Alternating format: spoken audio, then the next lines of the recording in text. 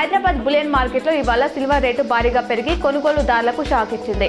KG వెండి ధర ఏకంగా ₹25,000 పెరిగి 4,25,000కు చేరింది. కేవలం 3 రోజుల్లోనే 50,000 పెరిగి ఇన్వెస్టర్లకు భారీ లాభాలనిచ్చింది. హైదరాబాద్ బులియన్ మార్కెట్లో ఇవాళ బంగారం ధర భారీగా పెరిగి ఆల్ టైమ్ రికార్డుకు చేరింది. 24 క్యారెట్ల 10 గ్రాముల పసిడి ధర ₹11,770 పెరిగి 1,78,850కి చేరింది. 22 క్యారెట్ల 10 గ్రాముల గోల్డ్ రేటు ₹10,800 ఎగబాకి 1,63,950 పలుకుతుంది. అటు కేజీ సిల్వర్ రేటు ₹4 లక్షలుగా ఉంది. రెండు తెలుగు రాష్ట్రాల్లోని వేర్వేరు ప్రాంతాల్లో ధరలో స్వల్ప తేడాలున్నాయి.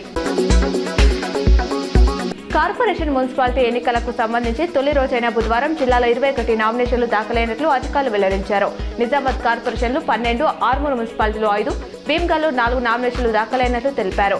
ఇందులో బీజేపీ తరఫున 6, కాంగ్రెస్ నుంచి 9, బీఆర్ఎస్ తరఫున 4, బీఎస్పీ స్వతంత్ర అభ్యర్థిగా 1 నామినేషన్ వేసినట్లు వివరించారు.